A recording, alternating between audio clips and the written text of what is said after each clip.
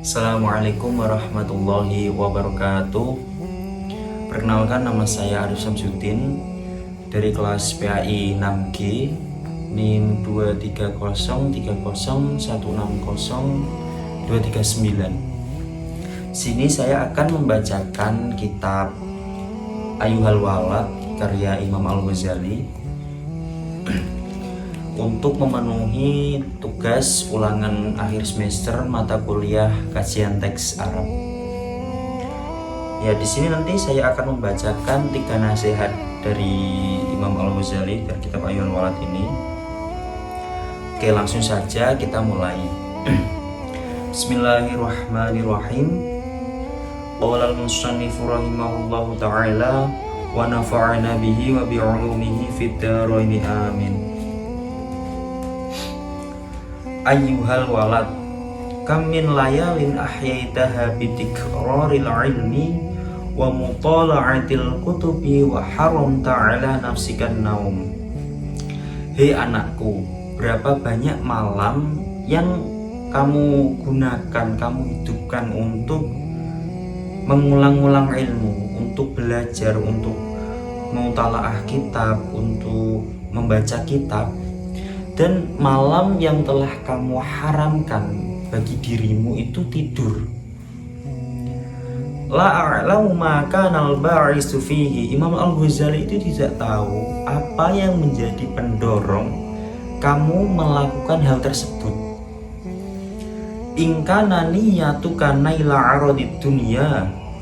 Jika niatmu itu untuk meraih keuntungan dunia, wajad bahutamiha, dan mengumpulkan harta duniawi, wa tahsila manasibiha wal mubahata 'alal aqrani wal amsali, dan meraih kedudukan yang tinggi, kemudian berbangga diri dan memamerkan itu semua di hadapan teman-teman kalian, maka fawailul laka summa wailul laka, maka celakalah kamu dan benar-benar celaka.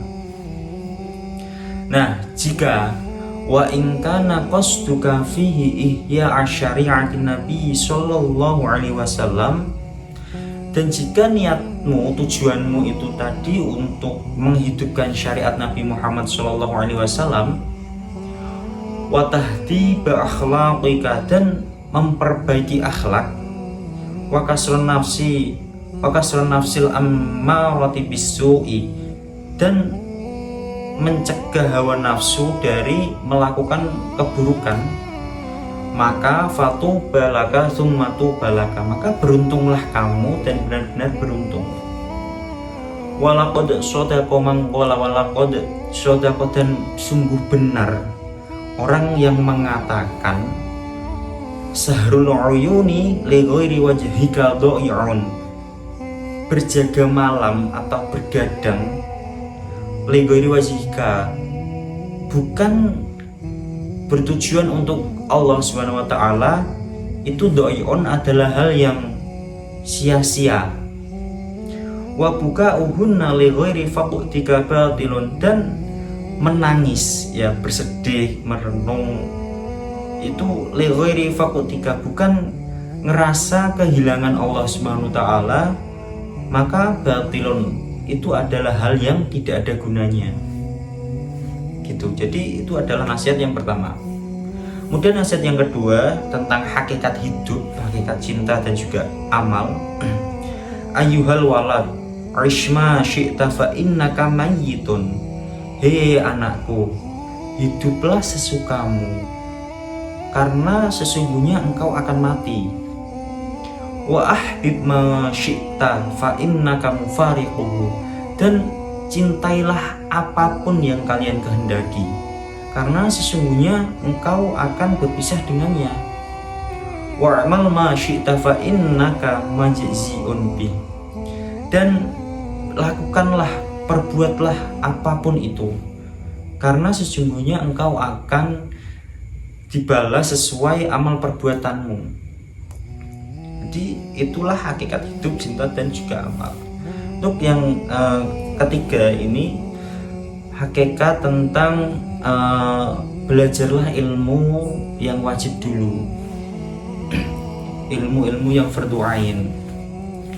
Ayyuhal walad ayyu syai'in hasilun laka min tahsili ilmil kalami wal khilafi wat tibbi wad dawawaini wal asy'ari wan nujumi wal arudi wan nahwi wat tasrifi ghairu tadyi'il umur bi jalalil jalal. Hei anakku, apa saja yang telah kamu hasilkan dari mempelajari ilmu kalam, ya, ilmu perbedaan, ilmu kedokteran, ilmu kepemerintahan, ilmu syair, ilmu perbintangan, ilmu sastra, ilmu nahwu dan ilmu sorof, tanpa kamu itu menyia-nyiakan umurmu. Kemudian Imam Al-Ghazali itu melihat fenomena itu. Imam Al-Ghazali, inni ra'aitu fi Injil Isa alaihi salatu wassalam min sa'ati ayyudu al-mayyitu 'alal janazati ila ayyudu 'ala syafiril qabri. Imam Al-Ghazali ketika ada fenomena tersebut tadi, Imam Al-Ghazali itu melihat di dalam kitab Injilnya Nabi Isa bahwa dari waktu peletakannya si mayit di dalam kerandanya sampai si mayit, si jenazah itu diletakkan di dalam kuburannya, itu yas'alullahu bi'azamatihi minhu arba'ina su'alan. Itu Allah memberikan, Allah mengatakan dengan keagungannya 40 pertanyaan kepada si mayit. Awaluha yaqulu abdi tohauta mandorul khalqi sinina. Yang pertama itu Allah mengatakan, wahai hambaku, kamu telah memperhatikan kebersihan pandanganmu itu hanya kepada manusia, dan itu setiap tahun, sepanjang tahun, setiap saat. Kemudian wama tohauta mandori sa'atan, dan kamu itu tidak pernah memperhatikan pandanganku, pandangan Allah itu saatan, walaupun hanya sedetik, hanya sesaat saja, itu kamu tidak pernah. Kemudian Allah juga menanyakan wa kullu yaumin nanzuru fi qalbika. Padahal di setiap harinya, di setiap saatnya, kamu itu selalu dilihat oleh Allah itu melalui hati kita, melalui hatimu. Ya, sembari itu Allah mengatakan, yaqulullahu ta'ala lima tatasunna li ghairi wa anta mahfufun bi khairi.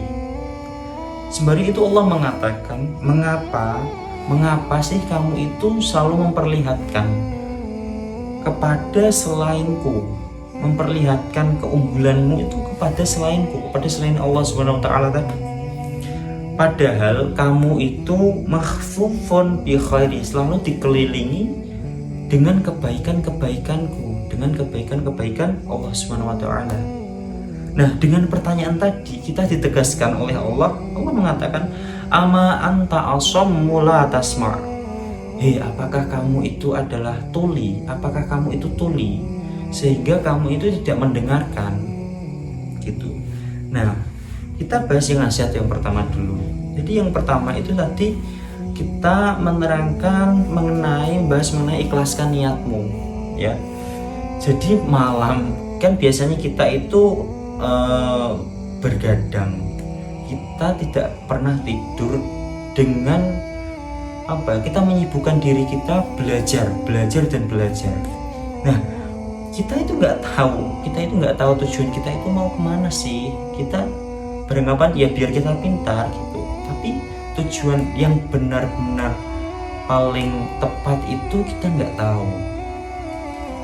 Nah, Imam Al-Ghazali itu menegaskan, apakah tujuanmu itu untuk mengumpulkan harta duniawi atau mencari kedudukan yang tinggi kemudian kamu pamerkan ke teman-teman kalian, atau bagaimana? Jika hal tersebut tujuanmu itu seperti itu, maka kamu itu adalah termasuk orang-orang yang celaka. Nah, jika tujuanmu itu tadi untuk menghidupkan syariat Nabi Muhammad SAW, kemudian memperbaiki akhlakmu, kemudian untuk belajar mencegah hawa nafsu kita dari melakukan hal-hal yang buruk, maka kita adalah orang-orang yang beruntung, bukan orang-orang yang celaka. Yang mana tujuan itu, yang mana? Imam Al-Ghazali menegaskan seperti itu. Nah, kemudian ada syair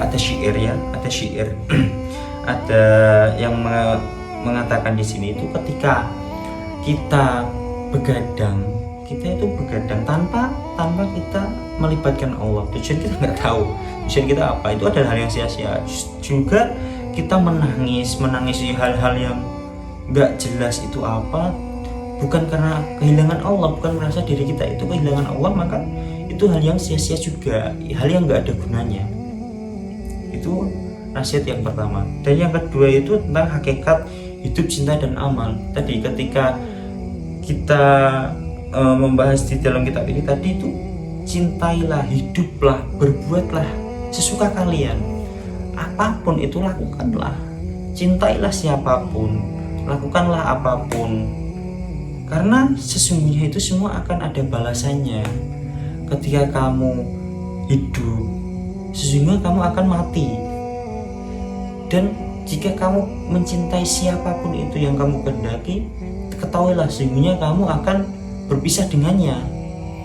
Dan jika kamu itu melakukan maksiat, melakukan apa, lakukanlah semaumu, karena kamu akan dibalas sesuai dengan amal perbuatanmu. Jadi itu adalah nasihat yang kedua. Dan nasihat yang ketiga itu mengenai belajarlah ilmu-ilmu yang fardu ain dulu, ilmu-ilmu yang mendekatkan diri kita kepada Allah. Di sini itu dijelaskan, Imam Al-Ghazali bertanya, apa sih yang telah kamu hasilkan dari belajarnya ilmu sunnah tadi, ilmu seperti ilmu nahwu, ilmu shorof, ilmu perbintangan, ilmu ilmu syair, ya, itu apa sih yang telah kamu hasilkan, itu apa? Karena Imam Al-Ghazali itu melihat di dalam kitab Injilnya Nabi Isa, kalau ada mayit itu diletakkan dimulai diletakkan di dalam kerandanya sampai diletakkan di dalam kuburannya, itu Allah memberikan 40 pertanyaan. Yang pertama itu tadi Allah berkata, menanyakan kepada si mayit, wahai hambaku, kenapa kamu itu selalu memperhatikan kebersihan pandangan kita, kebersihan diri kita itu kepada manusia saja? Apakah kamu itu pernah memperhatikan pandanganmu itu kepadaku, walaupun itu hanya sesaat? Allah menanyakan hal tersebut, ya. Sembari itu Allah berkata lagi, kenapa sih kamu itu selalu memperhatikan semuanya yang kamu miliki, yang kamu ahli, yang kamu mampu itu kepada selainku, pada selain Allah? Itu kenapa sih? Padahal kamu itu selalu dikelilingi dengan kebaikan-kebaikan yang Allah berikan. Itu kenapa kamu masih melakukan hal tersebut? Nah, dari pertanyaan itu Allah menegaskan lagi bagi orang-orang yang tergolong seperti itu, semoga kita dijauhkan dari golongan yang seperti itu. Allah menegaskan di dalam akhir nasihat yang ketiga tadi, apakah kamu itu adalah orang yang tuli sehingga kamu itu tidak mendengarkan perintah-perintahku, apa yang telah aku jelaskan itu, apakah kamu tidak pernah mendengarkan? Apakah kamu tuli? Seperti itu. Semoga kita selalu dijauhkan dari golongan-golongan orang yang celaka. Semoga kita termasuk sampai di akhirat nanti, sampai kita meninggalnya nanti, kita termasuk adalah orang-orang yang beruntung di hadapan Allah Subhanahu wa taala. Mungkin cukup sekian dari saya, kurang lebihnya mohon maaf. Wallahul muwaffiq ila aqwamit thoriq. Wassalamualaikum warahmatullahi wabarakatuh.